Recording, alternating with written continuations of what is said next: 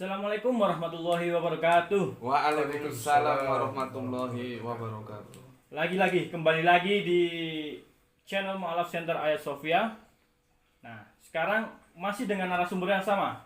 Kita masih ada Gus Mbeti dan Pak Farid. Nah, untuk tema kali ini kita akan membahas tentang pencarian kebenaran. Ya. Nah, karena orang masuk Islam itu pasti dari pencarian. Pasti mereka kalau tidak ada dasar untuk mencari kebenaran itu sulit untuk menerima kenyataan, ya kan? Nah, sekarang kita ngobrol dengan Pak Farid dulu ya. Pak Farid. Nah, dulu itu ceritanya itu seperti apa, Pak? Ceritanya jenengan itu dari dulunya beragama Kristen, lalu sekarang itu bisa menemukan hidayah gitu loh, bisa masuk ke Islam, jadi mu'alaf. Ya, baik. Terima kasih. Pertama kali yang mendasari saya untuk memutuskan saya masuk Islam, yang paling utama tentunya adalah hidayah. Tanpa hidayah saya tidak bisa untuk memutuskan itu. Ya, Betul. Yang paling mendasari dan utama yang berperan besar kepada saya adalah hidayah. Saya mau berusaha masuk Islam, kalau belum dapat hidayah sulit juga. Satu. Yang kedua, saya memang dari kecil saya tinggal dengan nenek. Nenek dari ibu saya itu memang keluarga Muslim. Sedangkan ayah saya adalah keluarga dari Kristen. Mulai kecil saya dengan nenek sudah mengenal bagaimana cara sholat, bagaimana tata cara sholat di masjid, dan saya sering kali bermain dengan teman-teman yang di masjid. Begitu.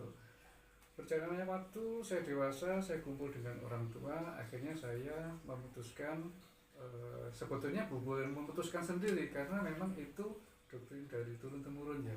Bapak Kristen, Ibu Kristen, anak juga wajib Kristen gitu. Oke, saya mengikuti karena belum paham pada saat itu.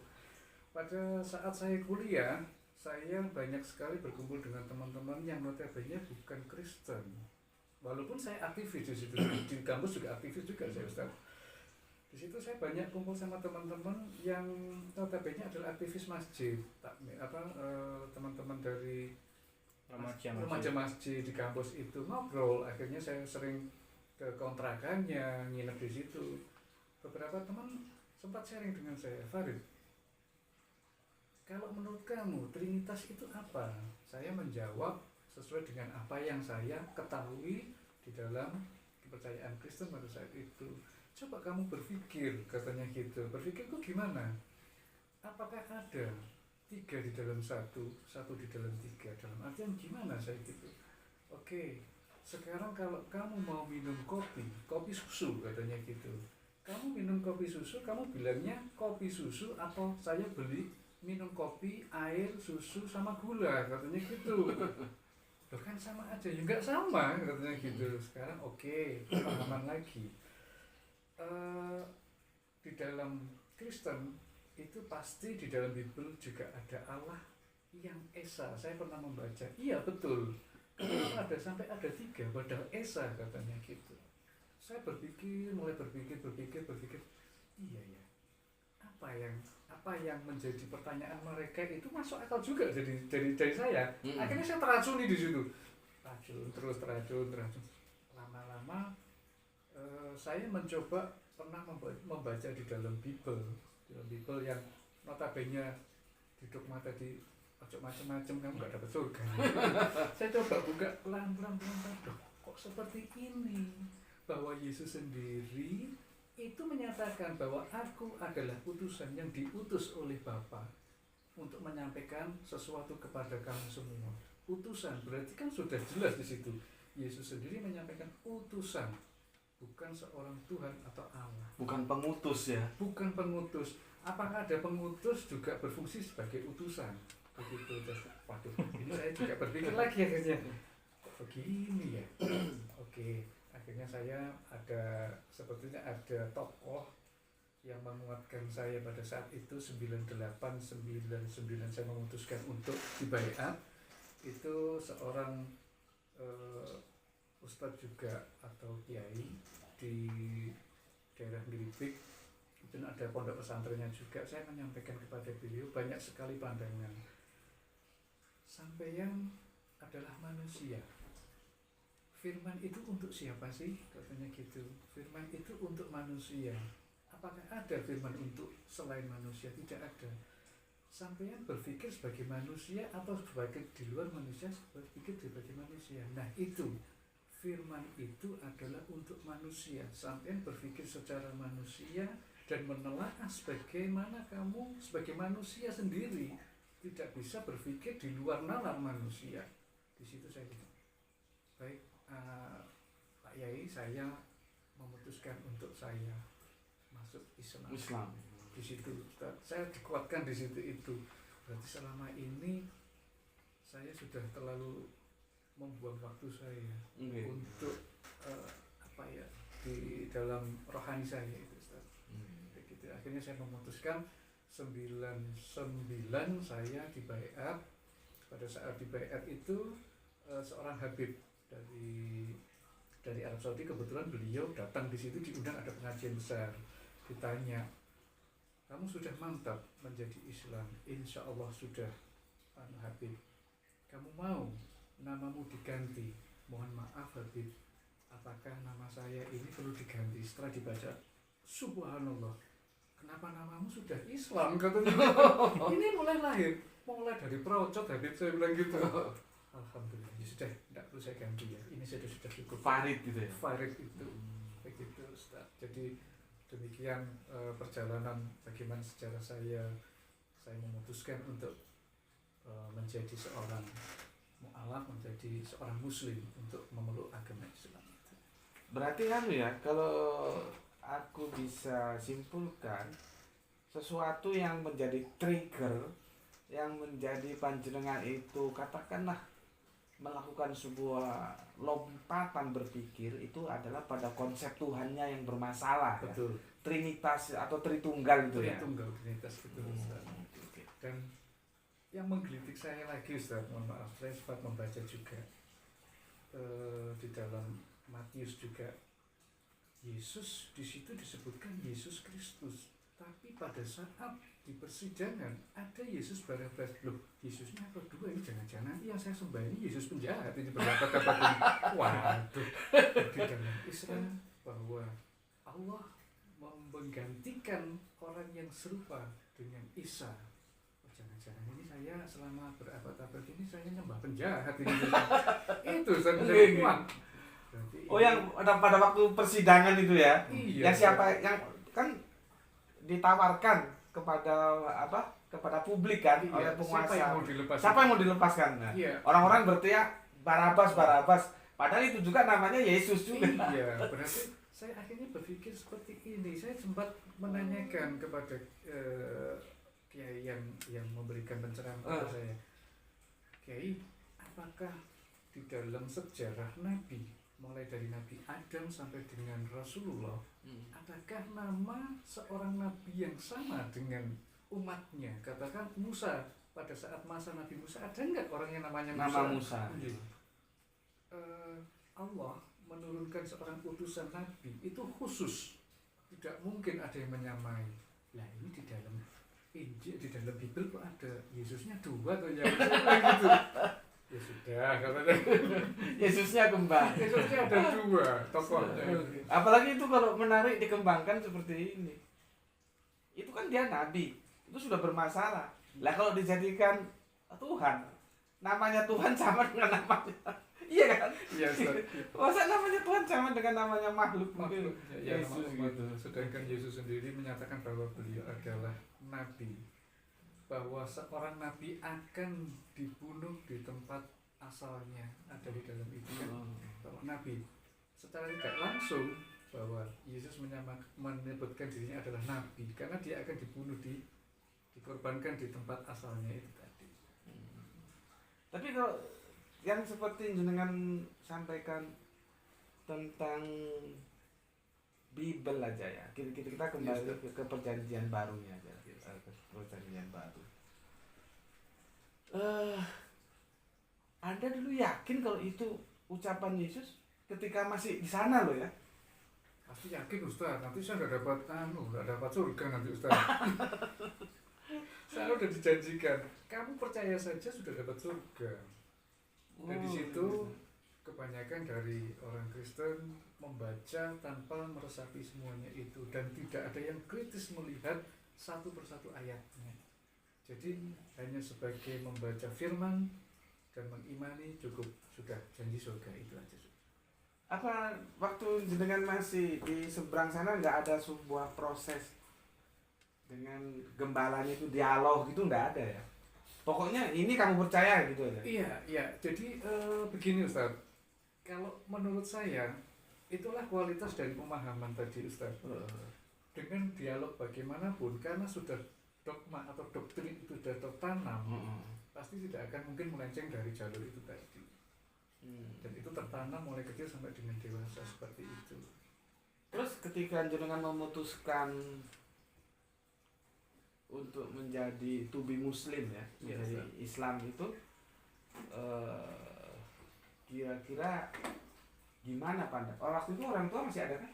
Masih ada semua lengkap Ustaz. Terus jenengan matur itu apa matur? Izin apa menyampaikan Iya. atau gimana? Pasti menjadi bom pada saat itu ya. Tidak disangka seperti itu. Yang notabene adalah saya seorang aktivis gereja pada saat itu sampai bisa memutuskan ini ada apa, gila orang itu, anak ini gila mungkin gitu. Kamu sudah gila nggak dapat surga gitu. Ya sudah, saya memutuskan untuk saya menjadi mu'alaf katanya. Dan pada saat ini pun masih banyak teman-teman saya yang dari seberang sana, tokoh-tokoh penginjil yang dekat dengan saya, pendeta-pendeta itu masih berusaha, Mas Walid, datang ke rumah, ayolah kembali seperti dulu. Ya, nanti suatu saat saya akan main ke sana. Tetapi tidak hanya seperti yang Anda inginkan, ayo kita berdialog. Saya dalam hati saya ingin berdialog dengan Anda, saya pikir.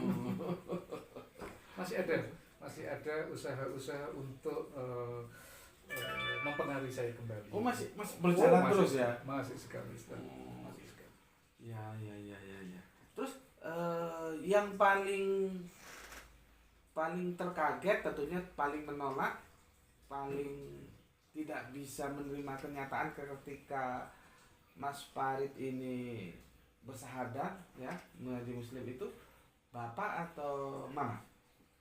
Yang lebih tidak bisa menerima bapak Ya. Iya. Bapak. Apalagi bapak aktif di gereja ya. Betul. Jenengan juga di kader aktif di Saya gereja. sangat aktif sekali. Apa tadi katanya? Punya kapela apa? Saya punya grup akapela dulu, punya vokal grup akapela. Jadi saya dulu, mohon maaf ya saya sebutkan seperti dakwah lah ya Ustaz. Dakwah tetapi dalam lagu-lagu gitu ke gereja-gereja. Harus hanya untuk gereja GKJW atau gereja lain boleh? Gereja lain, hanya yang tidak saya coba dakwah dalam gereja Katolik. Karena memang akses ke sana tidak, biasanya tertutup Ustaz. Tata caranya kan tidak ada ya. Mereka lebih klasik lah ya. Lebih klasik. Jadi lebih ke arah Protestan dan gereja-gereja karismatik. Karismatik gitu ya. Berarti punya anak buah dong, punya grup. Bukan anak buah karena kita kan sama ya Ustaz ya.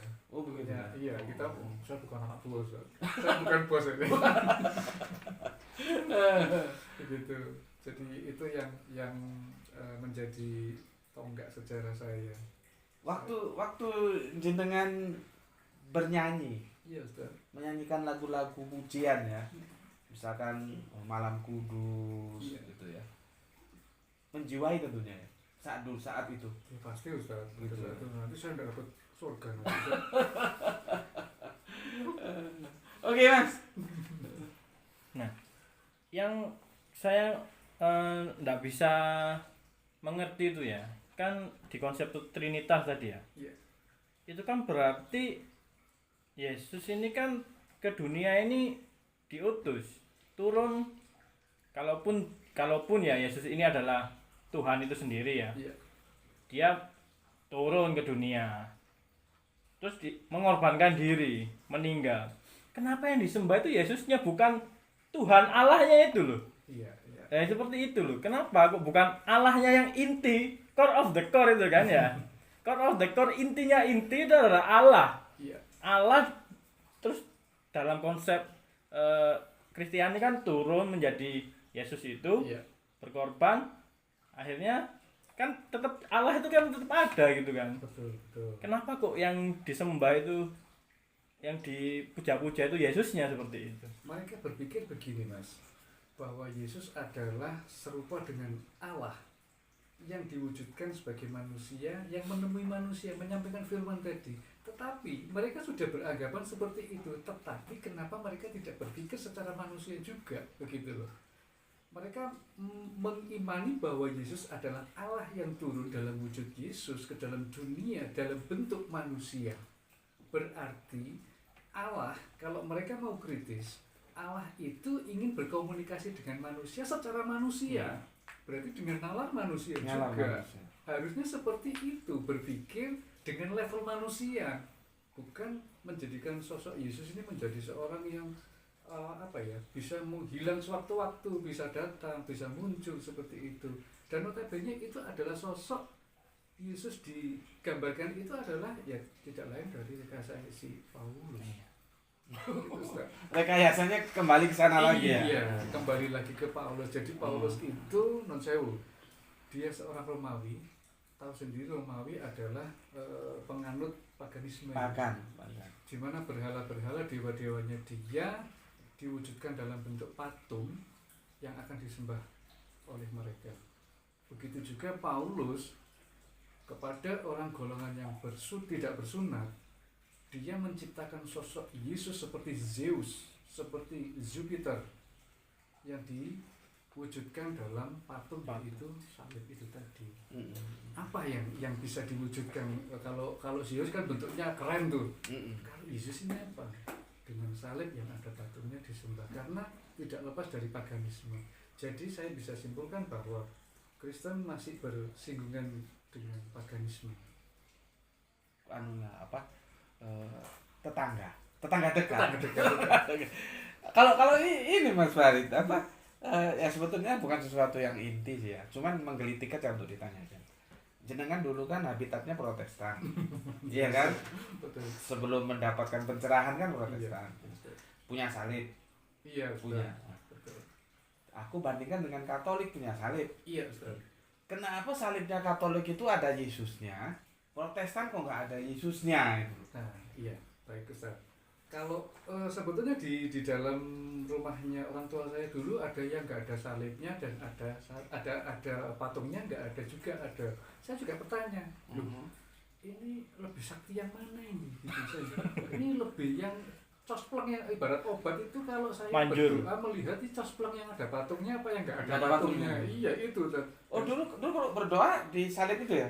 Wah itu kalau melihat itu tambah cospleng lagi langsung jeret nggak tahu nyangsang ke plafon atau gimana. Oke lanjut. Ustaz. Begitu ya. Memang kan kalau Protestan itu biasanya nggak ada Yesusnya kan? Betul. Salib. Tapi kalau Iya. Katolik mesti ada. Pasti ada. Ada Yesusnya. Karena kalau kita melihat Katolik kan dari Vatikan ya, Ustaz, ya. Ada pengaruh Romawinya juga. Oh iya ya, yang tadi paganismenya Betul. lewat Zeus tadi ya. Iya. Ustaz. Terus begini Mas, aku itu pernah juga mengatakan itu begini. Ketika kita nggak perlu membantah lah, kita biarkan aja itu mengalir ya. Yohanes 1 pasal 1. Pada mulanya Firman bersama-sama dengan Allah dan Firman adalah Allah. Ya sudahlah, jangan kita usik dulu itu ya. Iya. Sebetulnya kan ya yang bersama-sama dengan dia ya bukan dia. Iya. Kalau bersama-sama kan dua yang berbeda. Iya. Tapi oke lah itu kita biarkan dulu. Kita lari ke ayat bawahnya ya. Iya. Ustaz. Ayat bawahnya. Firman itu telah menjadi manusia. Nah, artinya kan ada sesuatu yang dia itu transenden untuk melancarkan sebuah komunikasi. Dia menjadi imanen dari yang Allah, yang agung, yang tidak terjangkau menjadi manusia yang terjangkau. Memang benar kata Samuel, Berarti seharusnya pemahaman Yesus itu harus diterima dalam konteks manusia. Manusia. Betul. Karena dia sendiri menjadi manusia. Iya. Jadi kan aneh ketika sesosok yang diakui Tuhan yang menjadi manusia, tapi diterima dalam konteks yang tidak manusia. Tidak manusia. Contohnya, bagaimana yang Yesus itu punya dui natur itu kan ya melanggar logika. Iya. Ya 100% Allah, 100% manusia. Dan sudah jelas kok firman itu telah menjadi manusia. Kan begitu teksnya. Betul. Bukan firman itu telah menjadi 100% manusia, 100% Allah. Kan jadi kacau gitu. Jadi aku setuju dengan Anjenengan karena Yesus itu setelah diakui sebagai Allah yang menjadi manusia, maka harus didekati sebagai manusia dan yang memang dia manusia. Betul. Iya, betul. Monggo. Oke, sekiranya begitu ya. Oke. Oke, sekarang kita tutup aja. Semoga apa yang kita bicarakan ini menjadi ilmu yang bermanfaat bagi semua para viewer Mualaf Center Hagia Sophia. Insyaallah, amin. Amin, Semoga amin, yang amin, baik-baik amin. itu diterima. Jika ada salah, mohon dimaafkan. Assalamualaikum warahmatullahi wabarakatuh. Waalaikumsalam warahmatullahi wabarakatuh.